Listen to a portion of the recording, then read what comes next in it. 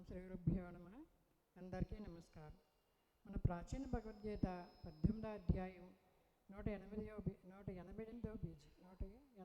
Page. సాధన అంటే ఏకాంతంగా జీవించడం, తక్కువగా మితంగా భుజించడం, నియమంగా మాట్లాడడం, మనస్సును అనవసర విషయాల్లోకి పరిగెత్తకుండా నిగ్రహించడం, అనవసర విషయాల జోలికి పోకుండా తన ధర్మాన్ని ఒక ఉపాసన వలె ఆచరించేవాడికి ఇది తేలిక. దీనికోసం మనం రోజువారీ కార్యక్రమాల్లో అరగంట ధ్యానం, అరగంట పారాయణం విధిగా అలవాటు చేసుకోవాలి. మన శరీరానికి ఆహారం ఎంత అవసరమో మన మెదడుకి మేత కూడా అంతే అవసరం. దానికోసం మనం గురువుగారి రచనలు తీసుకుని రోజు పారాయణం చేయడం నిత్యకృత్యాలలో ఒక భాగంగా అలవర్చుకోవాలి. దీనివలన మన మనస్సులో కలిగే అనవసర ఆలోచనలు తగ్గుముఖం పడతాయి. తద్వారా ఆత్మ నిర్మలమవుతుంది. దీనివల్ల సాధన పెరుగుతుంది. సాధన పెరిగితే కొద్ది కర్మనాశనం అవుతుంది. అట్టి వానికి కాలక్రమేణా మనస్సు, బుద్ధి, వాక్కు తన నిగ్రహంలోకి వస్తాయి.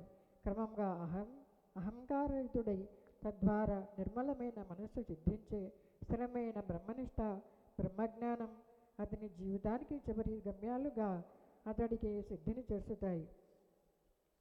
జై గురుదేవ్. సాధనలో ఆత్మపరిశుద్ధి. నిత్య సాధనా రహస్యాలు 5వ అధ్యాయం 47వ పేజీ. సాధనలో ఆత్మపరిశుద్ధి అంటే మనిషికి ఇచ్చినవి 3 పరికరాలు: మనస్సు, మాట, చేతలు, శరీరం. వీటిని త్రికర్మలు అంటారు యోగ శాస్త్రంలో. ఈ 3 పరికరాలను భావనం చేసుకున్నటే సాధనము. ముఖ్యమైన మెట్టు మనస్సును వీలైనంతసేపు ఖాళీగా విశ్రాంతిగా ఉంచాలి. దీనివల్ల మనస్సుకు బలం కలుగుతుంది.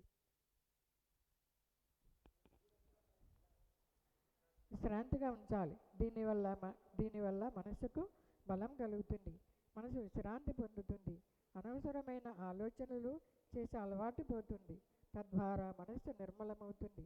మనసు నిర్మలమైతేనే ఆ మనసు ధ్యానానికి పనికి వస్తుంది. ధ్యానం కుదరాలి అంటే మనకు ఉపయోగం లేని పని ఇతరులకు ఉపయోగించేది నిస్వార్థ సేవను ప్రతిరోజు చేయాలి. మన గురువుగారి రచనలను రోజు పారాయణం చేయాలి. అప్పుడే మనకు ధ్యానం కుదురుతుంది.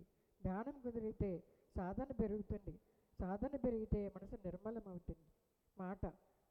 మాట ద్వారా మనము ఇతరులకు హాని లేదా ఉపకారం చేయవచ్చు. ఈ కారణం చేత మాట ఒక మహాశక్తి. ఒక మనిషికి ఒక చెడు వార్త చెప్పగానే ఆ మాట ద్వారా ఆ మనిషిలోంచి ఎంతో శక్తిని లాగేసి మనిషికి నీరసం కలుగజేస్తుంది. అలాగే ఒక వ్యక్తిని మెచ్చుకున్నప్పుడు లేదో ప్రేమగా ఒక మాట చెప్పినప్పుడు అతనికి కొండంత బలం కలుగుతుంది. దీన్ని బట్టి ఒక్క మాట మనిషిలో శక్తిని పుట్టించవచ్చు లేదా నిరుత్సాహాన్ని కలిగించవచ్చు. అందుకని సాధకుడు మాటల ద్వారా తన శక్తిని చాలా జాగ్రత్తగా వినియోగించాలి. మనిషి తను సంపాదించుకునే చెడు కర్మ ఎక్కువ భాగం తన మాటను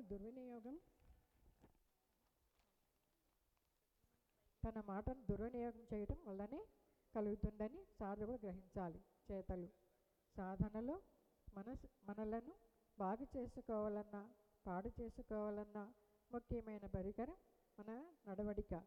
చేత అంటే చేసే పనులు, అనగా మన శరీరం పనిముట్టుగా ఉపయోగించి ఈ జీవితంలో చేసే పనులన్నీ ఒక తాడు పేనినట్లు చుట్టుకొనిపోయి మన కష్టసుఖాలకు కారణమైన కర్మసూత్రాన్ని ఏర్పాటు చేస్తాయి.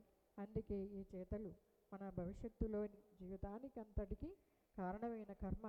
ప్రకృతి సత్యాలైన ఎండ, వాన, చలి, వేడి, సుఖం ఇవి మనం నమ్మకపోయినా వాటి ప్రభావం మనపై ఉంటుంది.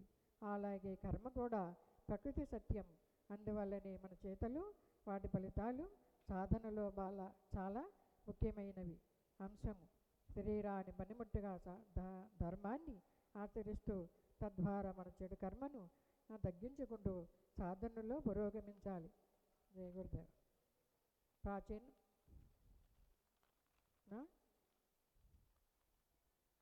మనం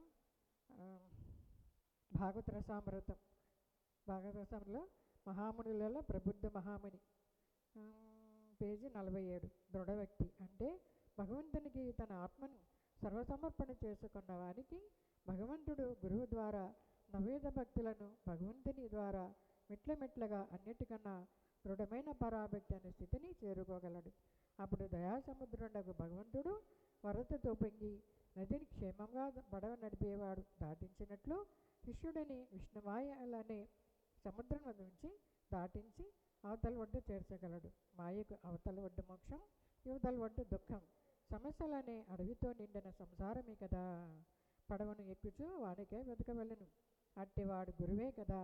ఎవరైతే తన మేలును కోరుకుంటాడో అట్టివాడు గురుదేవుని శరణపొందవలెను. అటు గురుదేవుడు బ్రహ్మను, వేదముల రహస్యములను విద్వాంసుడు, పరమ పవిత్రుడు, మనుషుల యందు ఉత్తమ పురుషుడు, రాజు వంటి మహాగుణము కలవాడు కావలెను. అట్టివాడే మాయను దాటు రహస్యములను ఉపదేశించును. నిజముగా గురుభక్తి కలవాడు తనను గురువుకు సర్వసమర్పణ చేసుకోవాలి. అప్పుడే గురువు శిష్యుని మంచి పనివాని వలె అద్దము తోమినట్టు గురువు తన అంతరాత్మను తలతల మెరిసే స్ఫటికంలాగా నిర్మలంగా తయారు చేయను. అప్పుడే గురువు శిష్యునికి దృఢభక్తి ప్రసాదించును. ఓం శ్రీ గురుభ్యో నమః.